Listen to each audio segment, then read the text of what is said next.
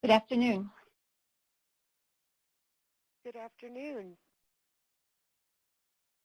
Thank you. Welcome, everyone, to our October webinar on Medicare and Medicare Advantage programs. We're excited to have you here today, and we are happy to announce that after our speaker, David, finishes his presentation, then Eric Ellsworth is going to demonstrate and share information about the new online tool that will help dialysis patients compare their Medicare Advantage plans with their current Medicare coverage. So you'll learn a lot of information in the next hour, and then you'll also get to see a tool that will also be helpful for you. So before we get started, I want to remind you that you can write questions in the chat box. We won't be doing any questions over the phone. We will be recording the session, and you will get the announcement about the recording sometime next week. We'll also be sending you a handout. And I want to take just a second here to tell you a little bit about our speaker today. David Lipschutz he is an attorney, and a senior policy attorney, in fact, and the associate director of the Center for Medicare Advocacy, which he joined in June 2010.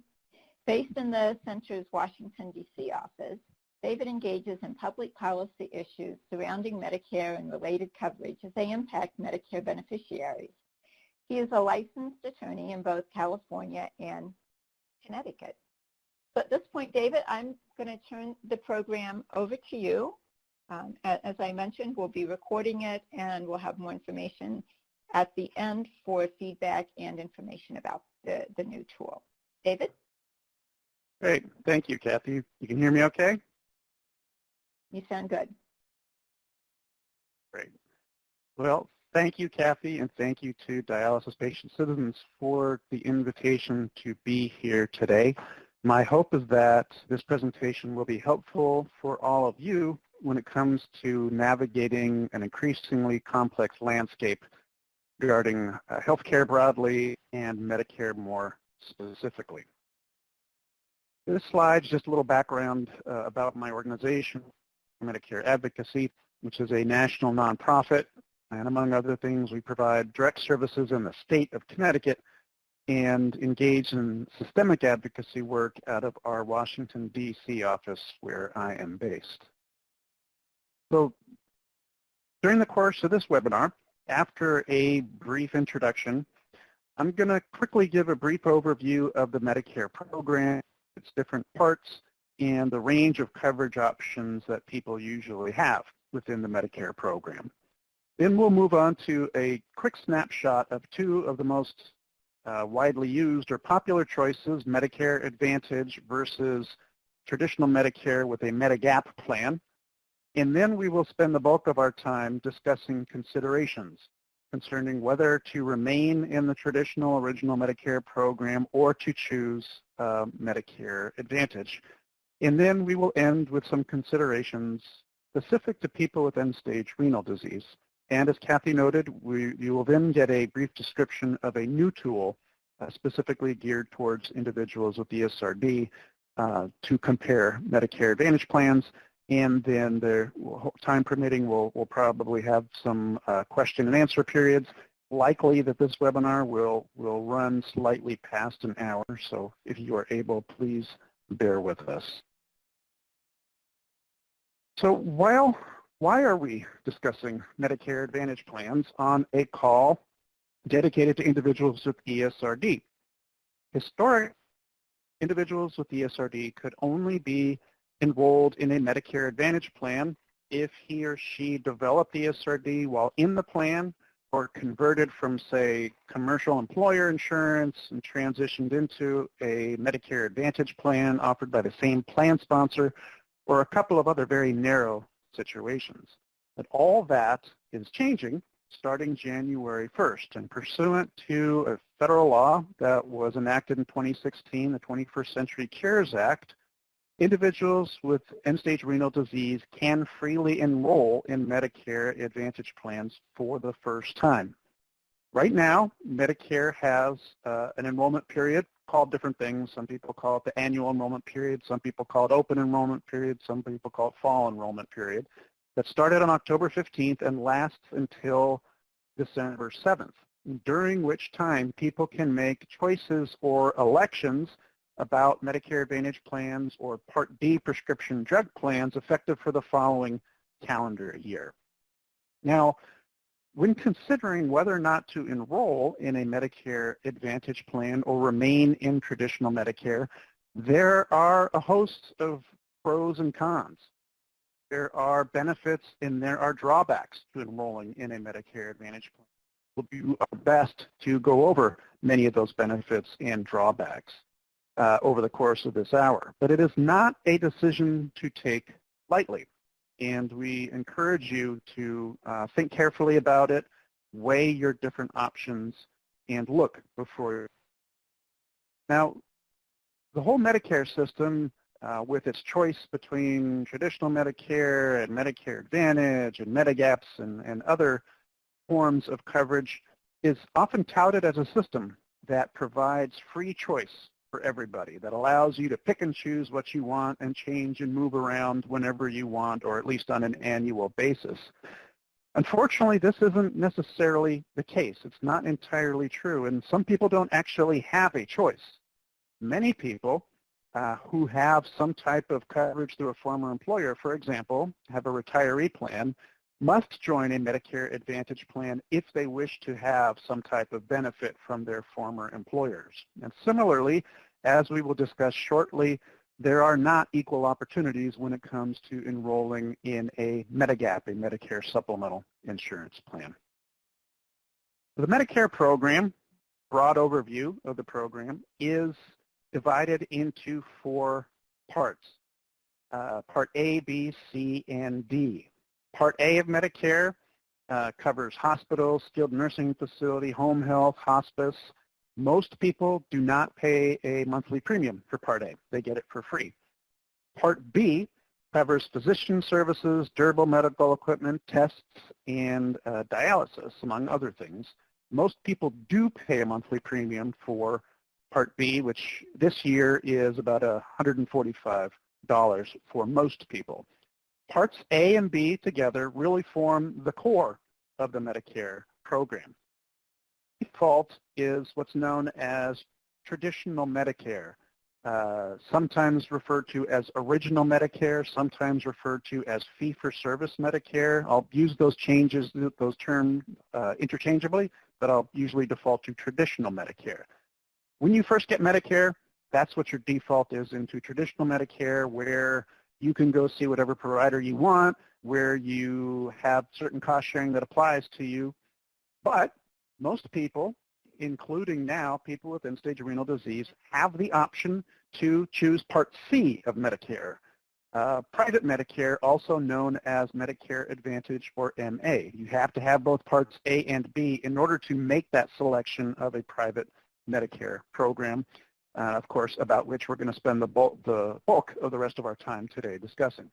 And since 2006, there is also a 4th part in Medicare, Part D, which provides prescription drug coverage that people can either get, if they're in traditional Medicare, as a standalone prescription drug plan or Part D plan that doesn't cover anything but prescription drugs, or they can enroll in a Medicare Advantage plan, a Part C plan, that also provides Part D prescription drug coverage.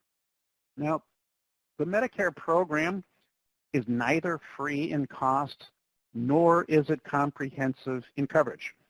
It requires premiums, deductibles, copays, coinsurance, and there are significant gaps in coverage, including most long-term care, most vision, hearing, and dental services. That, in order to try to fill in some of those gaps and in order to try to have some of those costs covered, most people have Medicare plus something else. There are complex rules about how Medicare interacts with other types of insurance, including whether or not you can decline Part B of Medicare without a penalty if you have certain types of employer-based insurance.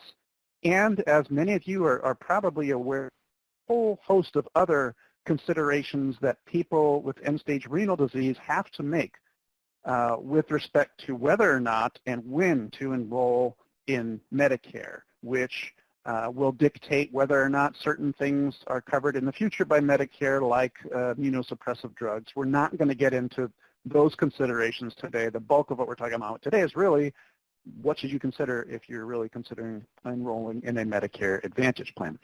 So people have different types of insurance, and they all kind of interact differently with Medicare.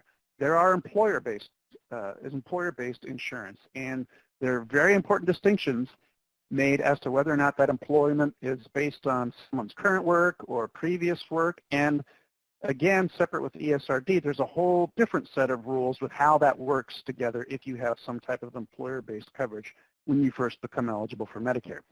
There are separate policies that are designed to track original Medicare, traditional Medicare, called Medicare Supplement Insurance Policies, or Medigaps. About 30% of all people with traditional Medicare have or choose Medigap plans to supplement their Medicare coverage. Some people have access to military-based coverage, whether that's through the Veterans Administration or TRICARE for Life. And about 1 in 5 Medicare beneficiaries are duly eligible for Medicare and Medicaid. Sometimes it has a different name in your state. But Medicaid is a program that generally has requirements based upon your income and your resources in order to be eligible. A subset of Medicaid are types of programs called Medicare Savings Programs, or MSPs, that if you qualify for them can pay some of your Medicare premiums and, depending on the program, some of your cost sharing. Now, about 40% of all Medicare beneficiaries are in a Medicare Advantage, or MA, plan. There's also, as we noted, Medicare Part D prescription drug coverage, which you can get either as a standalone product if you're in traditional Medicare or as part of a Medicare Advantage plan. About 1 in 5 people in traditional Medicare had no supplemental coverage at all in 2016, roughly about 6 million people or so. So now we're going to briefly look at the key differences between 2 of these options within Medicare, specifically Medicare Advantage and Medigap, and then we're going to get into our kind of checklist of considerations as to whether or not to enroll in a Medicare Advantage plan. And please note, I'm going to be repeating a lot of different points at different parts of this presentation. So while it may sound repetitive, I have found that describing the same issue or concept in different ways can often help explain it and can sometimes help people retain the information. So apologies in advance if some of this is repetitive, because it is by design. So Medicare Advantage Plan, also known as Part C or MA, are private insurance plans that contract with the Medicare program and the federal agency called the Centers for Medicare and Medicaid Services, or CMS, to provide such coverage. MA plans combine Parts A and B, and sometimes, usually, Part D prescription drug coverage, earning itself the name one-stop shopping. Most, but not all, Medicare Advantage plans have limited provider networks. That means most Medicare Advantage plans have contracts with a group of providers through which they form a network and restrict their plan enrollees to seeing people in that network. Most HMOs, health maintenance organizations, which is the most prevalent kind of Medicare Advantage plan, then will not generally cover services that people get outside of that network unless it's in urgent or emergent situations, whereas there are some type of hybrid plans, HMOs, as well as PPOs, preferred provider organizations, that do have contracted networks but do allow you to see providers, physicians, facilities, et cetera, outside of that network, but usually charge more if you see those providers out of network. An important point is that plans can terminate their contracts with providers and doctors and facilities mid-year without cause, or they can reduce the number of providers in that network. And so while most people are locked into their Medicare Advantage plan for a calendar year, plans can terminate providers mid-year, often stranding folks without access to the provider that joined that plan specifically to see. Medicare Advantage plans in general must provide at least as much coverage as traditional Medicare and may provide additional coverage, as we will discuss further. One of the biggest attractions to Medicare Advantage plans is that they often provide extra benefits that are not covered by the traditional Medicare program. Note that Medicare Advantage plans are not in addition to or on top of or supplement the traditional Medicare program. Instead, they replace your traditional Medicare program coverage. If you are enrolled in a Medicare Advantage plan, you have your Medicare essentially enrolled in that private plan, and you have to get all of your services from that plan.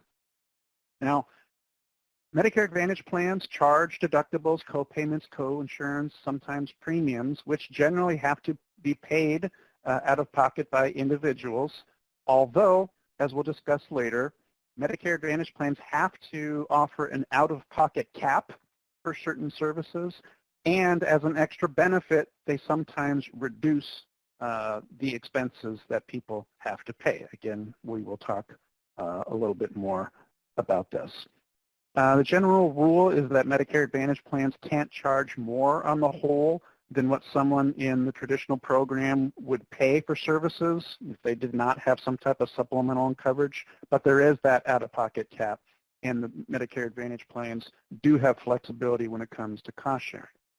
Now contrast that, the Medicare Advantage plan into which you enroll your Medicare coverage, with folks who are in the traditional original Medicare program with a Medigap.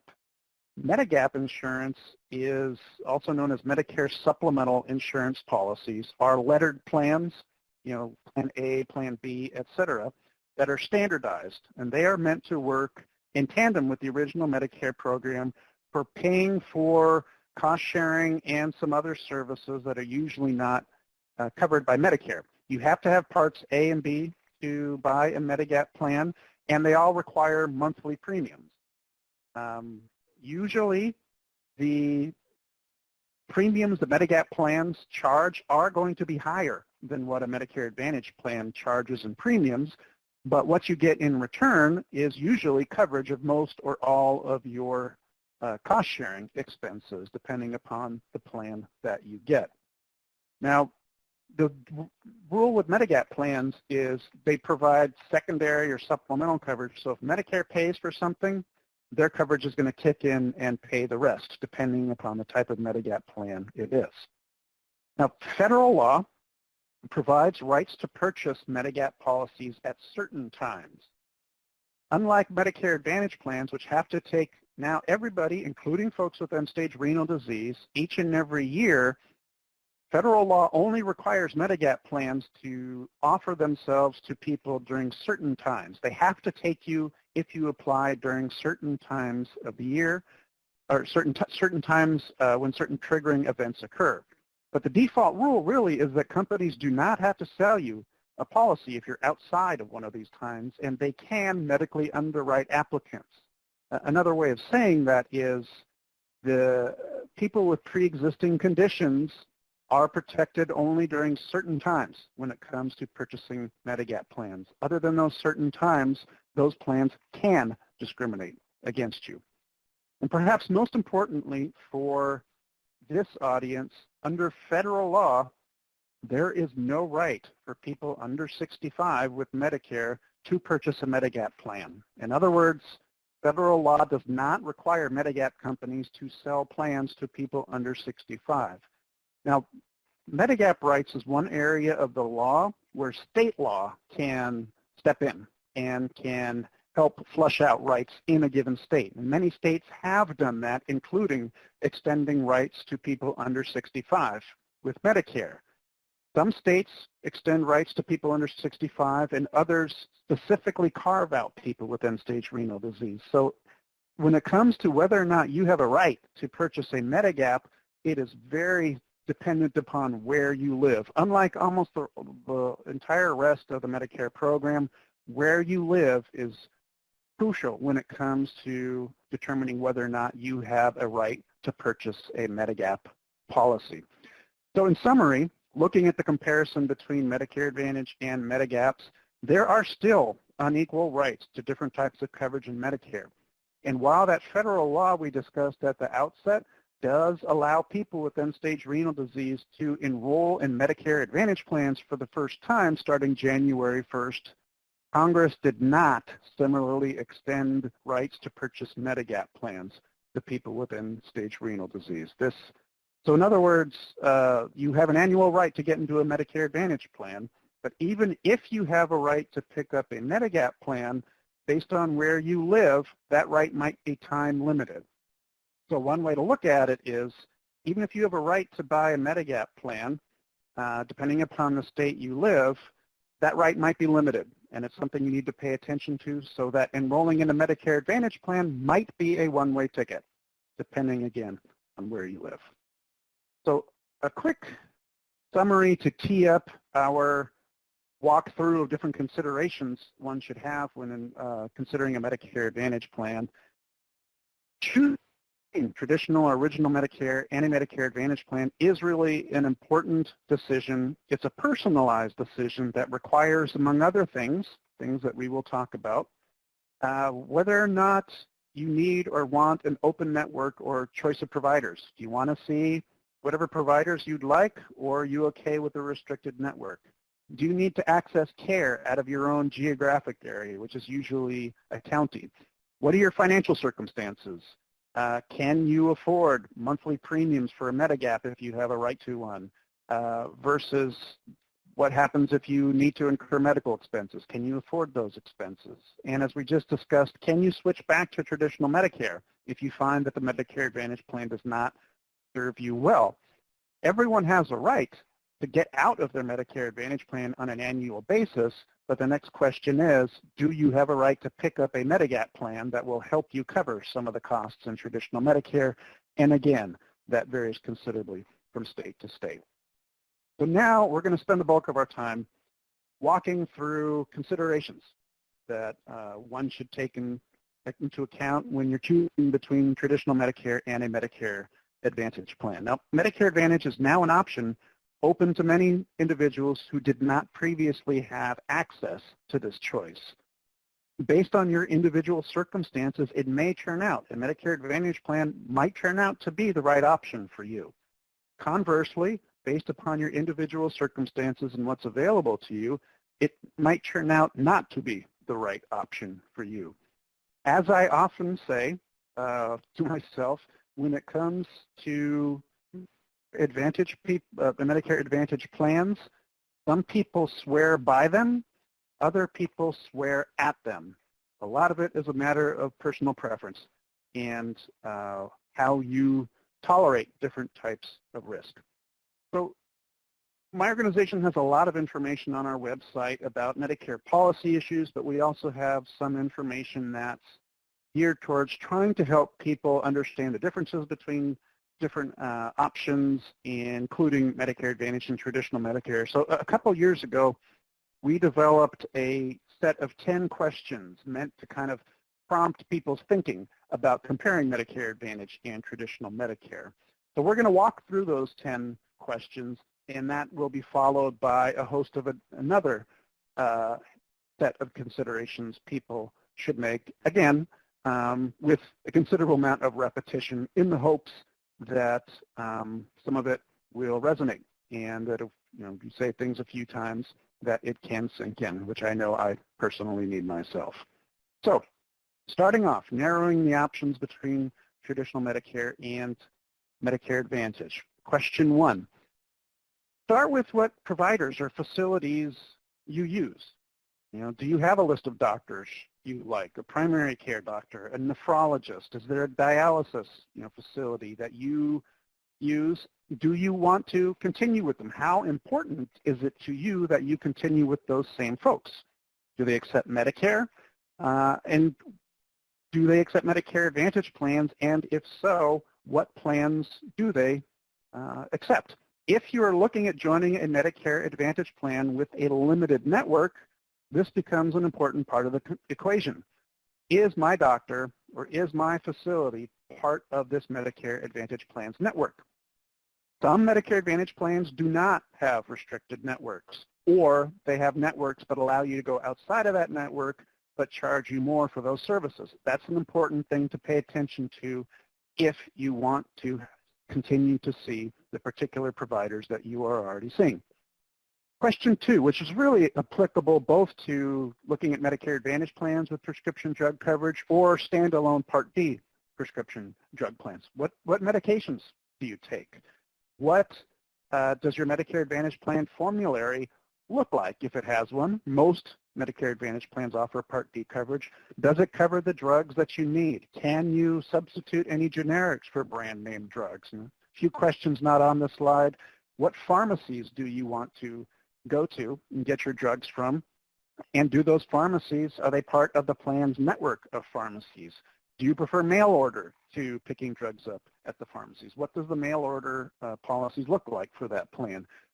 What restrictions does a plan, whether it's Medicare Advantage or Part D, put on my access to the drugs, sometimes referred to as utilization management, like prior authorization or dosage limitation or things like that? Do you want your care choices directed? Now, one of the hallmarks of managed care is, well, that your care is managed. The idea is that in managed care plans, someone is overseeing your care, hopefully to ensure that you get the care you need. You know, are you connected with a primary care doctor? Do you need to see a specialist? Do you need help in finding a specialist and navigating the patchwork health insurance system that we have? That can work in the opposite direction, though, because when your care is managed, your care can also be restricted. So do you want your care choices directed? Do you want your care choices directed by a primary care doc? Does it matter to you that you might need to get a referral to see a specialist rather than going directly to that specialist? Does it matter to you that you might have to get prior authorization or prior approval before you can get some services? Looking at question 4, most Medicare Advantage plans are available per geographic area, and that usually means your county. So in other words, you enroll in a Medicare Advantage HMO, that HMO will have a contracted network of providers that are available to you in that county. And if you want to get services outside of your network and outside of that geographic area, you might be on the hook for those services unless it's an urgent or emergent situation. So one question is, do you travel outside of your general home area? How often? Is that something that occurs regularly? Is it important to you to be able to see providers outside of your area? And note that in some circumstances, even plans with restricted networks do allow you to get certain services outside of your geographic area. And some Medicare Advantage plans do allow you to see whatever provider you want outside of that area. Again, it's specific on the type of plan that you are in, but always remember that most Medicare Advantage plans do restrict your access to a narrow network of providers. Looking at question 5. Traditional Medicare, the original Medicare program that you default into, does not have a cap on out-of-pocket expenses. That means, in theory, you can keep on spending as long as you have incurred expenses. As long as you need services, you might have to continue to pay out-of-pocket, depending upon the service that you get. Now, traditional Medicare with a Medigap plan or some other type of supplemental service can act as a cap on out-of-pocket expenses. Similarly, Medicare Advantage plans are required to cap people's annual out-of-pocket expenses for services they get under Parts A and B of Medicare. This is known as the annual maximum out-of-pocket amount, or MOOP amount. Since 2011 or 2012 or thereabouts, the MOOP amount has been pretty standard. It is going up for the first time starting next year, so that the mandatory MOOP amount, the mandatory protection that Medicare Advantage plans must provide to their enrollees, is a cap on expenses for Part A and B services in 2021 of $7,550. Now, for plans that allow you to go out of network, say often like a PPO, there's a combined MOOP for in-network services and out-of-network services next year of $11,300. Again, the plans have discretion to set those amounts lower, which in turn gives them more flexibility about what they charge for different health services. But at the bare minimum, they have to provide you this type of protection at these amounts. Now, know that these amounts are going up for the first time according to the Medicare program, in part because people with end-stage renal disease will be allowed to enroll in Medicare Advantage plans. And the Medicare program has said because this is a population that might cost more than other populations, they are allowing Medicare Advantage plans to shift more costs onto individuals. In other words, have a higher out-of-pocket cap if the plans so choose. Question 6, what value are other possible benefits to you? One of the major benefits, the pros, the favorable aspects of enrolling in Medicare Advantage plans is that they often provide benefits that are not available in traditional Medicare, things that traditional Medicare doesn't cover. That includes some type of vision services or dental services or hearing services. And lately, over the last couple of years, the scope of services that Medicare Advantage plans are allowed to provide has gone beyond just things that are usually considered to be medical in nature. So now, some plans are covering things such as grab bars or transportation to medical appointments or pest control or meals or some type of help in the homes. Again, that is a major draw for folks. However, the scope of such additional services is often limited. You need to take a look at the details. When they say we provide dental coverage, that means they don't cover whatever you need. It might mean a couple cleanings. It might mean an x-ray, but doesn't necessarily mean fillings, dentures, the whole rest. The details really matter. And as a piece of general advice, do not fall for the bells and whistles. We are now in a scenario where the average county across the country will have a choice of 47 different Medicare Advantage plans. And all those plans are trying to distinguish themselves from each other in an effort to try to entice you to enroll in the plans. And they're going to be focusing on things like these extra benefits. Sometimes that can be of significant assistance to people, other times not so much. So pay attention to what those extra benefits actually are. And our advice, again, don't fall for the bells and whistles. There are much more important considerations like, is my doctor part of the network? What are they going to charge in cost sharing for these services I know or think I will likely need? Question 7, how do you weigh the convenience of one-stop shopping up front versus continually having to check the benefits and see if the plan meets your needs? One of the benefits of Medicare Advantage is that, as we noted earlier, it's often considered one-stop shopping. If you're in a Medicare Advantage plan that covers Part D prescription drug coverage, you don't have to go out and find a separate prescription drug plan. You don't have to go out and find a Medigap plan because in many ways that Medicare Advantage plan acts as the same. It acts the same in many ways as someone in traditional Medicare who has a Part D plan and a Medigap plan. But you have to weigh that against the fact that Medicare Advantage plans can and do change their benefits and cost sharing each and every year. If you are in a Medicare Advantage plan this year and you choose to stay in it next year, those changes can be to your benefit. They can add new benefits, they can reduce cost sharing, but it can also go the other way. They can increase your cost sharing, they could reduce benefits. So really, although most people don't do it, it's really a good idea to do your homework each and every year and pay attention to how your plan is changing, because just because a plan works for you this year is no guarantee it's going to work for you the next year. Question 8. Now, earlier we talked about one's care being managed. On the positive way, that means someone can help you navigate it. Someone is overseeing your care to ensure you get the services that you need. The flip side of that, however, is that there's someone in the plan who is calling the shots, someone who is making decisions about whether or not you're going to get care.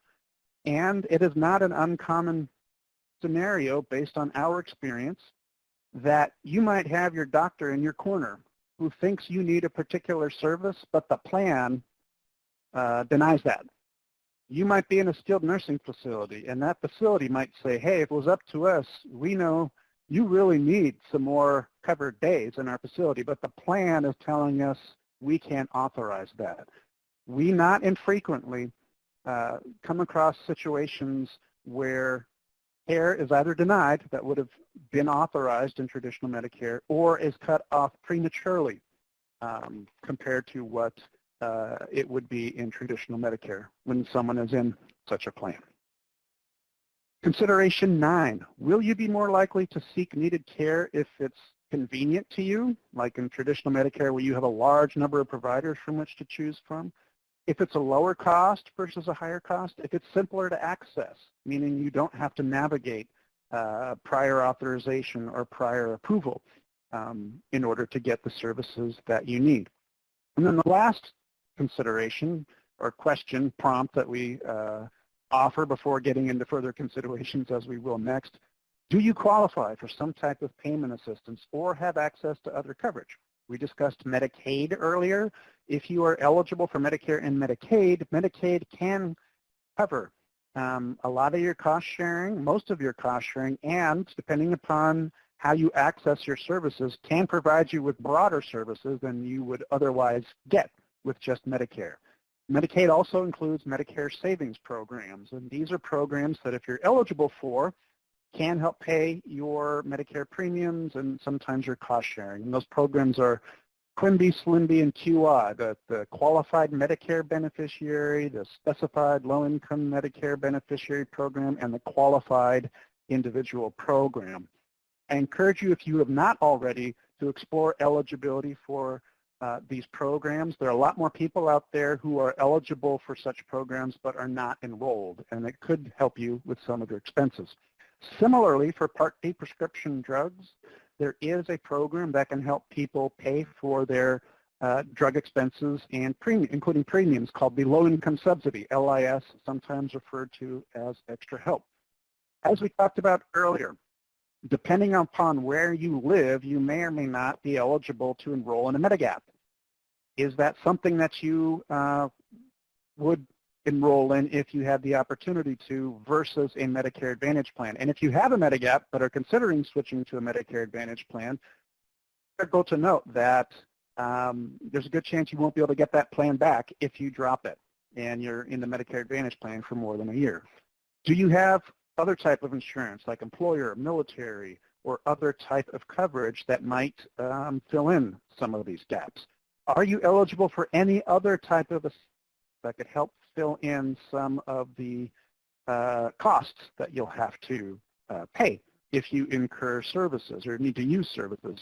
With respect to other assistance available to folks with end-stage renal disease, we suggest you consult your local support networks, including the social workers that work in dialysis centers who are often very well-versed in programs that might help you meet some of your expenses in your given area or state.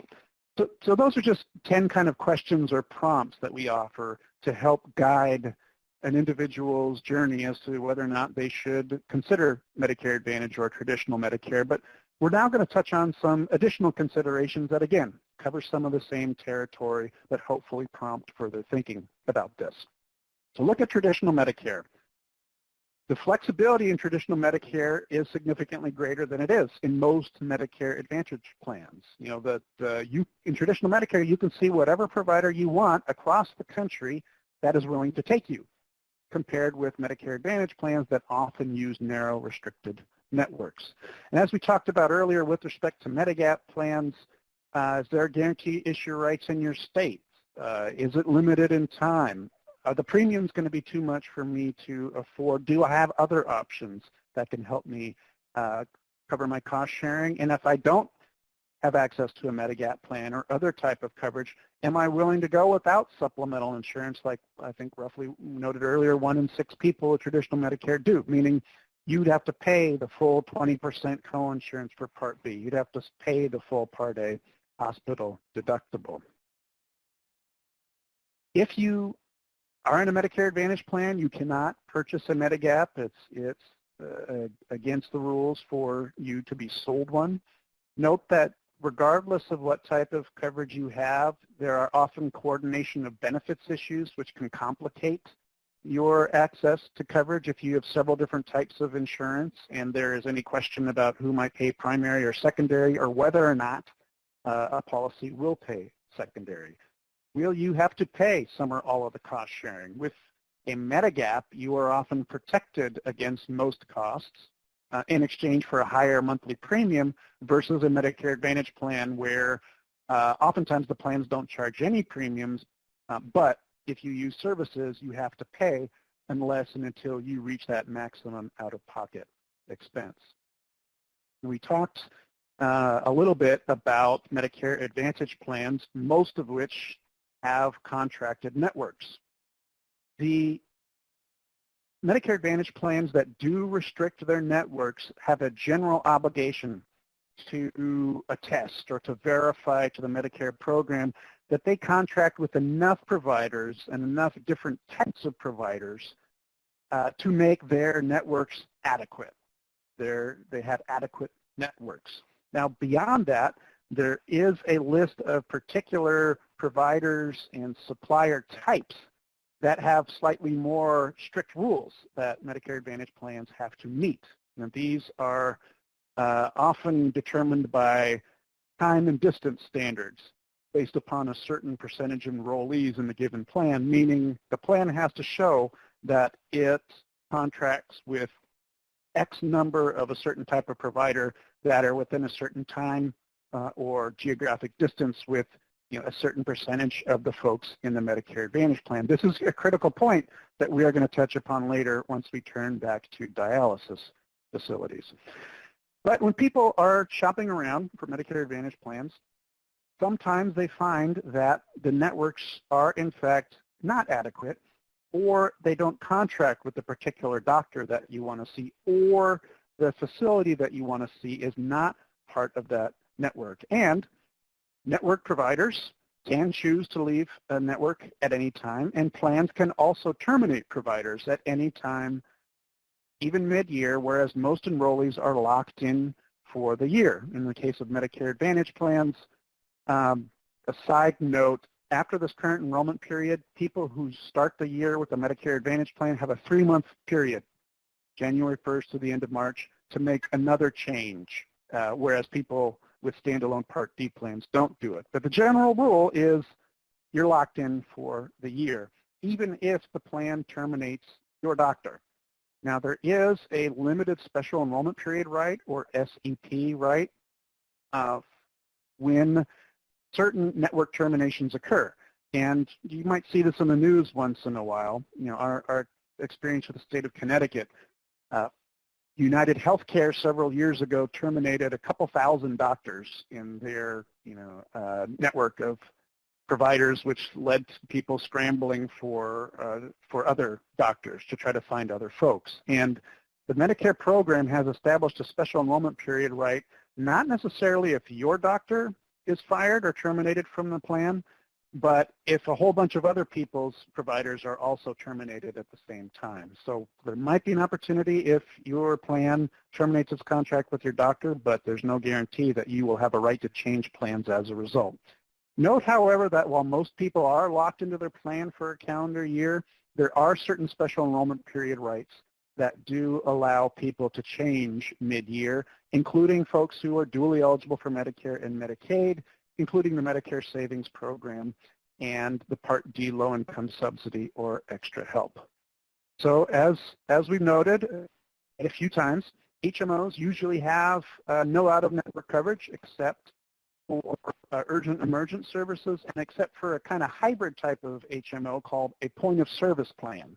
So if you're shopping for a plan and that's important to you to be able to see providers outside of the network, take a look to see it's one of these plans. As noted earlier, PPOs, preferred provider organizations, usually have or allow out-of-network coverage, but it's usually at a higher cost to the beneficiary if you see non-network providers.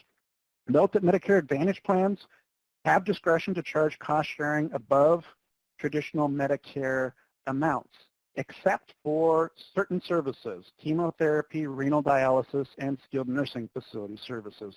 Put a pin in that. We're going to circle back to the dialysis services in a couple minutes. And note that that maximum out-of-pocket limit that we discussed earlier only applies to services under Part A and B, not Part D prescription drug benefits, which has its own set of cost sharing, and not for certain extra services. So Medicare Advantage plans have to offer benefits that are at least equal to what traditional Medicare would cover, and all the services that Medicare covers, with the exception of hospice that we'll discuss in a minute. And as we also noted, Medicare Advantage plans may offer coverage for additional services, including those that are not covered by a traditional Medicare, most commonly vision, hearing, and dental. Medicare Advantage plans also have the discretion to waive certain rules that otherwise apply in traditional Medicare. An example of that is, in order to be eligible for a skilled nursing facility or SNF coverage stay in traditional Medicare, someone has to be in the hospital. They have to be an inpatient in a hospital for at least 3 days. Medicare Advantage plans can waive that 3-day requirement and have someone be eligible for skilled nursing facility coverage for less than 3 days, or actually without a hospital stay at all. As noted earlier, plan benefits and cost sharing can and do change every year. It could be to your benefit or it could be to your detriment, and plan enrollees really should review these changes on an annual basis. Note that with the flexibility that Medicare Advantage plans have with respect to cost sharing, they can, even remember they do have that maximum out-of-pocket limit, but they can charge cost sharing that, except for those certain services, is more than what's charged in traditional Medicare. For example, in traditional Medicare for home health, there is no cost sharing, but Medicare Advantage plans often do charge cost sharing for home health. Medicare Advantage plans do not provide hospice services except for certain plans starting next year. There is a demonstration program called the Value-Based Insurance Design Demonstration, or VBID, that allows certain Medicare Advantage plans that participate in that demonstration to start providing hospice services. So that is something that's important to you, including who is calling the shots and whether or not hospice providers are restricted by network. That's an extra element to pay attention to. Note that Medicare Advantage plans do not provide services related to people in clinical trials. That's carved out, and traditional Medicare usually covers that. So in summary, enrolling in Medicare and continuing with your coverage, well, it's through traditional Medicare or through a Medicare Advantage plan, really is an individual personal choice and requires each person to make a number of considerations, including your need for desire for your flexibility in obtaining care. Are you okay with a narrow network, or do you need to find a plan that doesn't have a narrow network, or do you not want to be restricted at all? What's your health and medical history, and does that factor into the different restrictions that may or may not apply in a given plan? What's your budget like? What's your tolerance for financial risk? Would you rather, if you have access to a Medigap, pay more in monthly premiums, knowing that if you need services, the cost sharing will be covered? Or would you rather have less expenses in monthly premiums with the Medicare Advantage plan, but know that if you use services, you have to incur costs up until that out-of-pocket limit? Now, a discussion of Medicare Advantage would not be complete if I did not mention that there has been a trend in recent years of the federal government's promotion of Medicare Advantage plans. Instead of providing neutral and objective information about different coverage options, which the Medicare program used to do, in recent years, we and other consumer advocacy organizations have noted that the Medicare program has actively promoted Medicare Advantage enrollment. In other words, the federal government is steering people towards enrolling in Medicare Advantage plans. That includes how they present coverage options in education and outreach materials, including the Medicare and You booklet, including emails and advertising that go around every fall when people have the opportunities to make plan selections. This includes overplaying the benefits of Medicare Advantage while downplaying the downsides of Medicare Advantage. So in short, the public is not getting a complete picture because of the way that the Medicare program is spinning Medicare Advantage plans. So we offer these following points, not with the intent to disparage Medicare Advantage, but to try to provide more balance and provide a fuller picture for folks that isn't necessarily available through Medicare's own materials. So there's some other considerations you should make when deciding whether or not to enroll in a Medicare Advantage plan, and that includes that the reputable research that is out there, not that is funded by the plans or the industry itself, notes that quality outcomes in Medicare Advantage plans are decidedly mixed, despite the fact that Medicare Advantage plans are still getting paid more money per individual than traditional Medicare spends on someone. And a rather disturbing trend that some of these studies have found is that people who have greater health needs, people who are more sick, are more likely to get out of their Medicare Advantage plans and return to traditional Medicare than those who have less health needs. Data from the Kaiser Family Foundation shows that now 99% of all Medicare Advantage plans use some type of prior authorization for one or more services. And at the same time, the Health and Human Services Department that oversees Medicare, their Office of Inspector General in 2018, issued a report finding widespread and persistent problems relating to denials of care and payment in Medicare Advantage plans. And the additional consideration, not on the slide, is that another independent entity, the Medicare Payment Advisory Commission, known as MedPAC, has really called into question the value or utility of the plan star ratings. Now, if you go on Medicare.gov, plans are rated on a scale of 1 to 5 stars based on a number of measures, 5 stars being highest. People are encouraged to enroll in a plan that has higher stars. MedPAC has said, well, we really don't have a good handle on quality in plans based upon the star ratings because of the way that the data is collected. And finally, a few more words, particularly for people with end-stage renal disease. I think all of you who have experience with the Medicare program know that dialysis is covered under Part B, and it is usually subject to a 20% coinsurance under Part B if you don't have other type of coverage or other type of assistance that will cover that. There was a provision in the Affordable Care Act meant as a consumer protection that specifically limits what Medicare Advantage plans can charge for certain services, specifically including chemotherapy, skilled nursing facility, and dialysis coverage.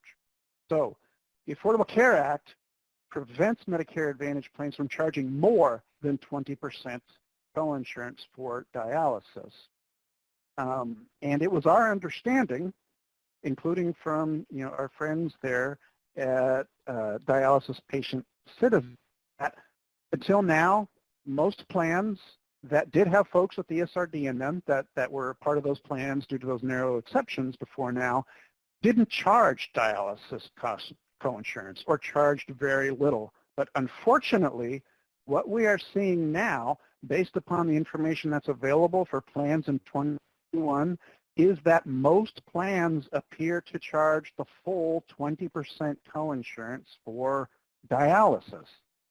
This is, of course, a huge consideration if you need such services. And you need carefully and figure out that if you want to enroll in a plan that does charge that full amount, whether or not you have any other avenues available to you to try to cover those expenses. Earlier, we also touched on network adequacy and how, on the one hand, all Medicare Advantage plans that have a restricted network have to attest that their network is adequate enough for their enrollees, but certain types of providers, critical providers, have to have a higher standard. The plan has to demonstrate distance and time standards for a certain percentage of their enrollees. Earlier this year, even though Medicare Advantage plans are now going to be open up to people with end-stage renal disease, the Medicare program removed dialysis providers from the more stringent requirements, meaning that plans now just need to generally attest that, yeah, our network is sufficient to meet the needs of our enrollees, meaning it is also critical that individuals who need dialysis need to confirm that the provider they want to see contracts with the given plan. It is not a given that all dialysis facilities will contract with all plans. So it's critical to check your desired providers, including nephrologists, are part of the plan's network along with the dialysis facilities. So in closing, I would note that we're in the middle of a Medicare enrollment period right now. Now is the time until December 7th to make a selection for the 2021 plan year if you choose to enroll in a Medicare Advantage plan or Part D plan or change them. We recommend the state health insurance programs, or SHIPs, they have different names in different states often, as the best resource because they are unbiased. They're required to be unbiased in the information that they give you at your coverage options. The Medicare Plan Finder, you're going to hear more about a tool to search plans in a moment, but the Medicare Plan Finder is the tool that most people use to try to compare their coverage options. Note that the Plan Finder is currently experiencing some issues as reported by people who help Medicare beneficiaries, including the fact that not all plans are displaying their full drug costs, not all plans are displaying accurate pharmacy information, and not all information pertinent to people with the Part D Low Income Subsidy is being listed. So some SHIP programs have gone as far as recommending that people do not make an enrollment decision now until these problems are fixed. So pay close attention, check with your state health insurance assistance program, SHIP, to see if they recommend enrolling in a plan now. But based upon our experience, particularly last year, the Medicare program is not going to be as forthcoming as some might hope with respect to how the Plan Finder is handling information and whether or not it is accurate. I'm going to stop right there, turn it over for a brief discussion of a new tool, and then open it up to Q&A.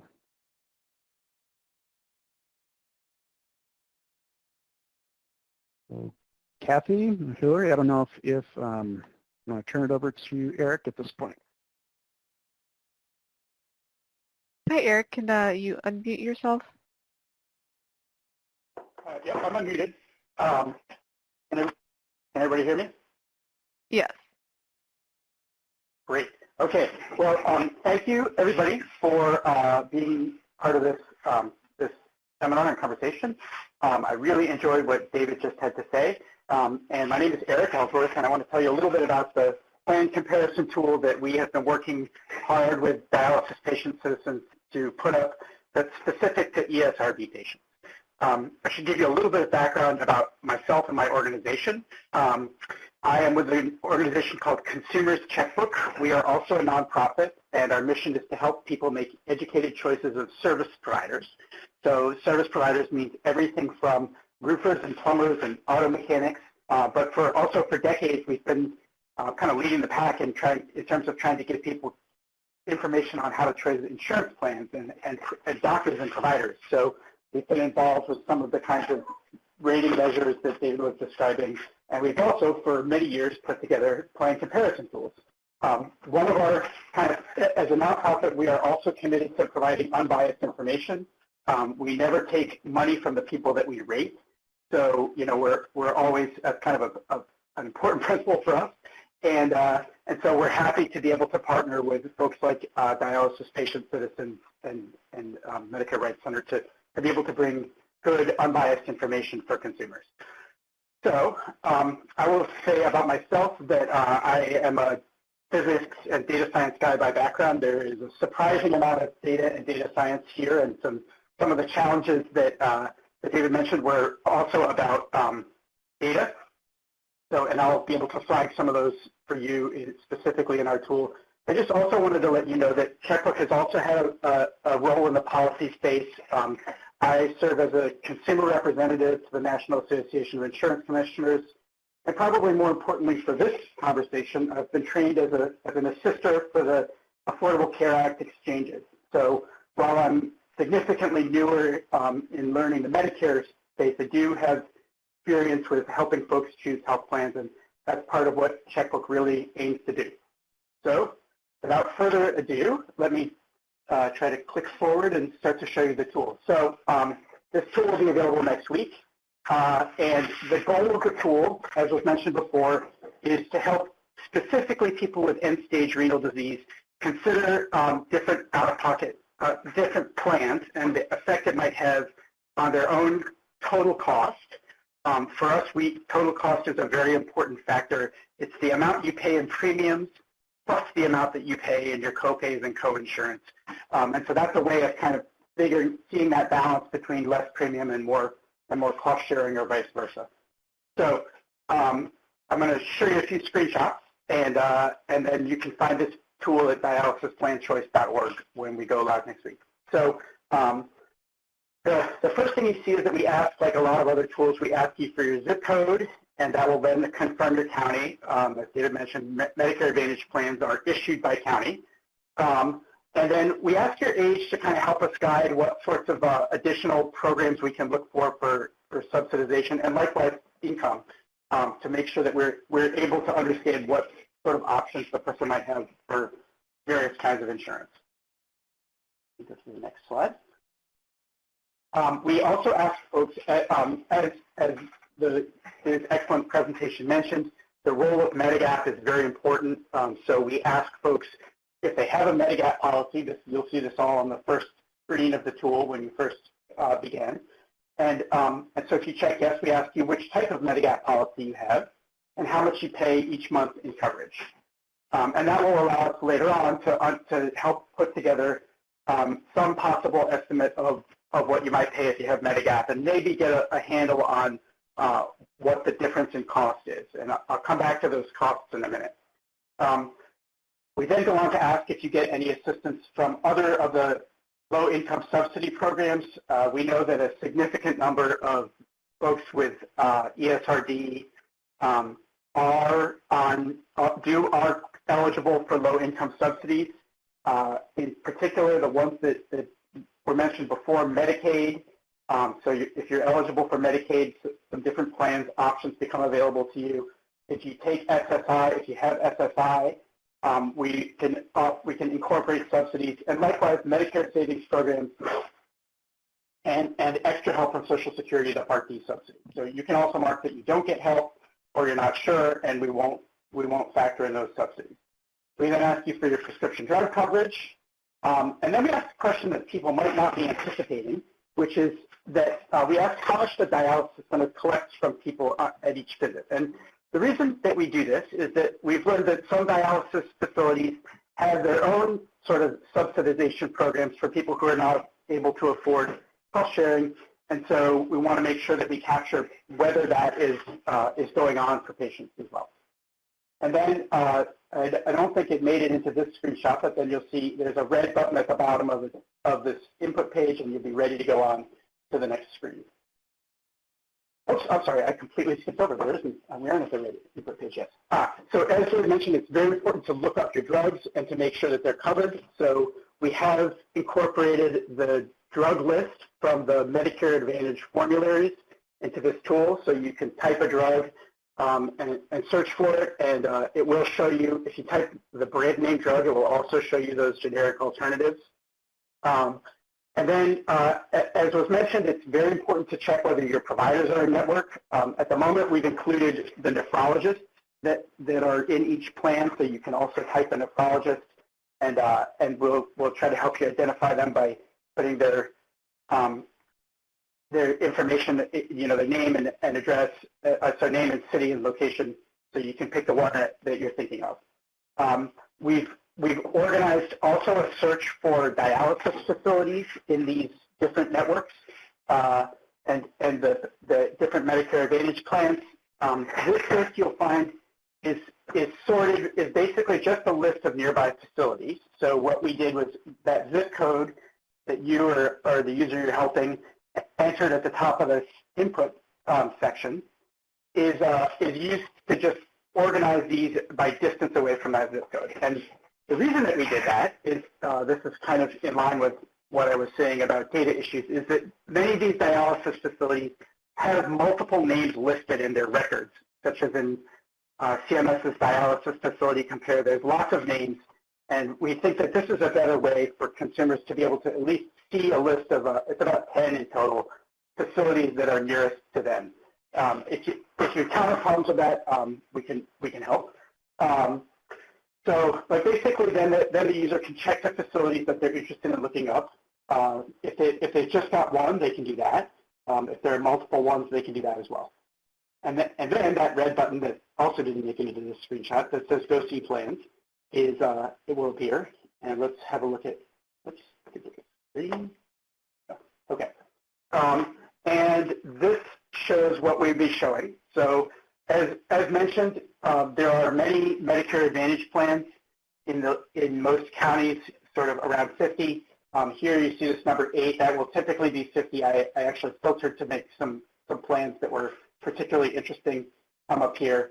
And so, but as a whole, we'll be listing all the plans on cards like this that are laid out to try to give people some pretty important facts as simply and as kind of understandably as possible.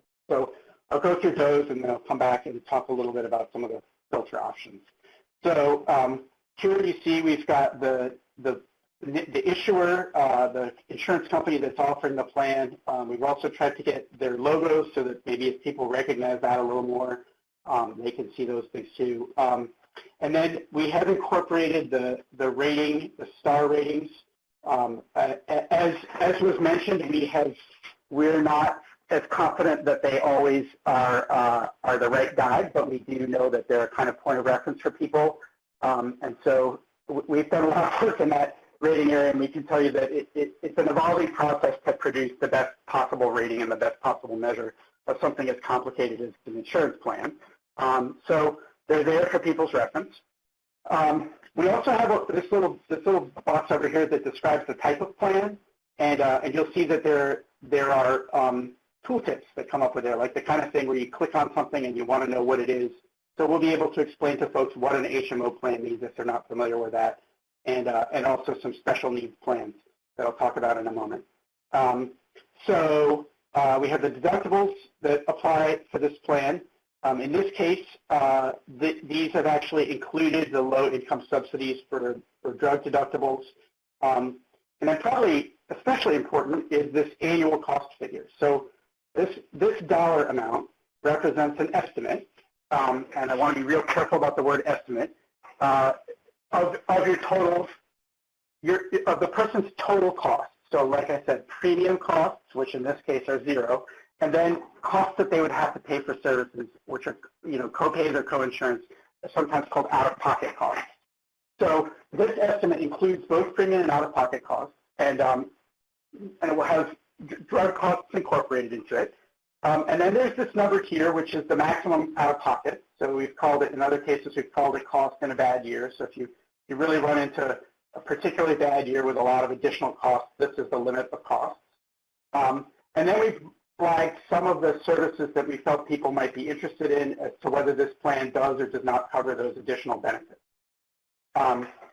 So we have then gone on and highlighted some of the benefits. I will say that as a software team, we are interested and open in ways that we can add additional information here. So if you think of something that you think a lot of people are going to be interested in and seeing on this card, let us know, and we'll see if it makes sense to work it in. So to the point about the network, based on the data that's available to us, we are able to show the sort of overall number of doctors and other providers in the network. And just, we'll probably be adding some additional explanation about this, but just to comment on it, it's important to note that these networks span across multiple counties. So while the plans that a person can choose in Medicare Advantage are specific to the county, the networks are typically kind of regional. So I chose Pittsburgh. I used to live in Pittsburgh, for anybody who is a Pittsburgher. Go Steelers. So this network is not just specific to Allegheny County. It's Allegheny County and the areas around it in southwestern Pennsylvania. So 4,000 or 5,000 doctors may look like a lot, but if it's spread over multiple counties and all the hospitals and all the kinds of specialties, this is not actually a particularly large network of doctors. So, and point of comparison, large commercial networks like the kind you might get in an employer typically are 25,000, 30,000 doctors, sometimes more. And some of those also have contracted nationwide networks as well. So, so this is a way, using this network size, is a way for folks to kind of get their mind around some of the size considerations of the network and the way that they may have less choice in a particular Medicare Advantage plan than either other Medicare Advantage plans or certainly than in original Medicare. So the folks, below you, we are showing the prescriptions and the nephrologists and facilities that were looked up. So you can see that the meds that I entered here are marked as check if the formulary covers them, and X if the formulary doesn't cover them. And then likewise, the nephrologists who aren't covered are marked with X, check and X respectively, and likewise the facilities. Just a note on that, it is in fact an industry-wide problem for all kinds of insurance that the provider directories that are the source of information for consumers about whether their doctors are or not in network have significant accuracy problems. So because of that, we always recommend that people who want to take a Medicare Advantage plan call and confirm that the facility that they think is in network is in fact in network. As a software group and a data group, that's aimed at providing good data to consumers, it's a little upsetting to us to not be able to provide perfect data, but this is just sort of the nature of the beast. And so we just want to make sure that people understand that it is very important to call your provider facility, not the plan, but the facility in particular is the one who knows the answer. And if you do call them, my suggestion from personal experience is that you avoid asking the main desk about what they take and ask for the billing department directly. And that's because sometimes at the main desk they may know that they take some UPMC plans, but they don't take this particular UPMC plan or set of plans. So just to repeat that, very important to call the provider, ask for the billing group, and make sure that provider says, yes, I take this insurance. So it is true that can change during the year, but at least they know. So going on, we also have filters organized so that you can filter, by example, for a facility that your plan accepts, that's accepted by plans that you might consider. So if you see this DaVita facility, you can check on that DaVita facility, and only plans that accept that facility are shown up. Likewise, prescriptions, and likewise these different plan types, HMO and PPO. There are a few other exotic plans in Medicare Advantage, and we're still determining whether we're going to show some of those more exotic options based on whether they are likely to be a good or not good choice for ESRD beneficiaries. So you can also compare plans. There's a checkbox that allows you to compare multiple plans side by side. And I'm trying to think if I've covered everything. Yes, sorting. So we sort the plans. One of the things that's important in the way that we approach plan selection is that we sort the plans by estimated annual cost. Again, that's premium plus out-of-pocket. for your prescription and drug plans. And the reason for that is that sometimes you might pay less in premium but pay so much more in out-of-pocket that the lower premium that you got actually makes for a worse deal. In fact, we find that quite a bit in some of these Affordable Care Act plans, that you're better off paying more in premium and getting significantly more coverage. So that applies somewhat here too. And now, the nature of estimating cost is that it is also a tricky business. And I want to be very clear about what these cost numbers do and do not represent. These cost numbers do not represent an estimate for you like a roofer. It gives you an estimate. They represent kind of average, maybe you could even call it like a benchmark of how much one plan ought to cost versus another. So for those of you that live in cities with a lot of traffic, one analogy that I can give you is that Google Maps or any mapping program can tell you how long it thinks it is to get to a certain destination. But the minute there's a bad accident, that estimate can be off. And so some of that same kind of variability or uncertainty applies to healthcare costs because, as we all know, we really don't know what's going to happen with our health in a given year. And so we've just taken time to think of this as like the average time. And so you know that it could be more or less in a given year. Typically more, less often less.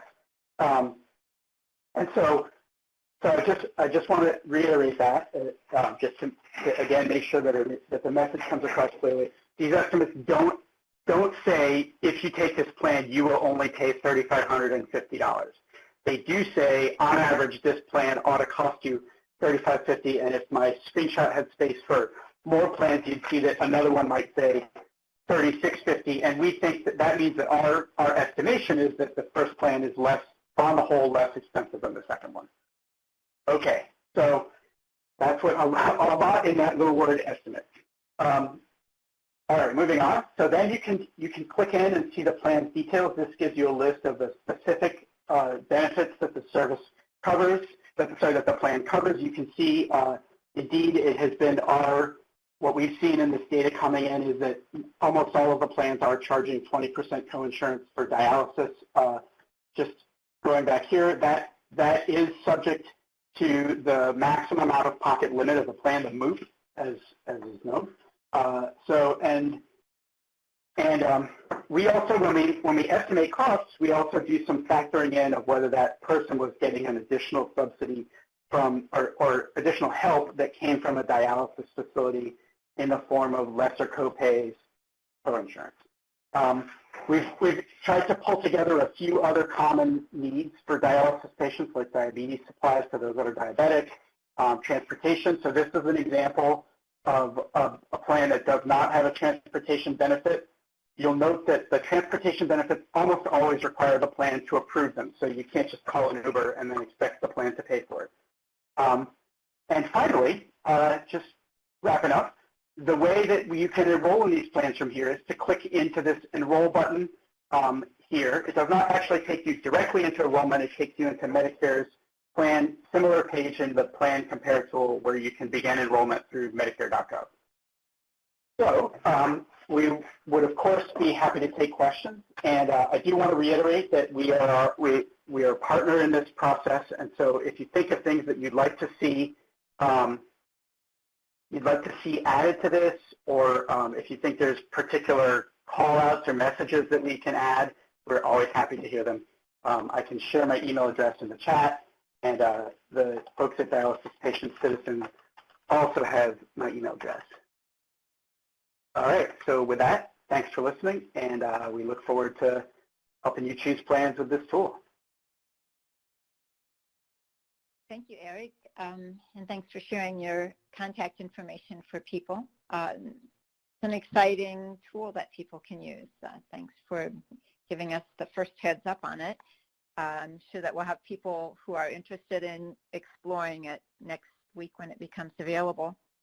And so I thank you, and I also thank David for all of the information that you shared. Between the two of you, I think we have a lot of information. We are running out of time. I just will bring up a couple of the questions that came up. There's been a lot of discussion back and forth in the chat box. There was a question, though, early on where someone asked if rural areas have a larger provider area than the county. Either one of you want to answer that one? Sure, I can take a crack at it. Generally, like I said, the networks are not themselves limited to the county. So I just want to be clear that while the plan, and David can chime in, while the plan itself is specific to the county, you can see out-of-county providers. That's not really the issue. The issue is that most of these plans are organized somewhat regionally. So just to follow up on the Pittsburgh example, you may well be able to go to the next county over from Pittsburgh, but you may have a lot more trouble seeing doctors in Cleveland.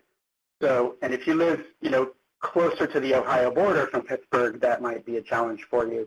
Or if you travel, you have family or business in Cleveland, then you would find yourself less able to access care. I believe it's the case that in an emergency, the insurance company, no matter where you are in the U.S., these insurance companies must cover care for you in any place. They may put some restrictions on where you're taken, but you are not going to be left out with no ability to go to the emergency room or the hospital. So there is a baseline of emergency care available. So David, if you want to add to that, feel free.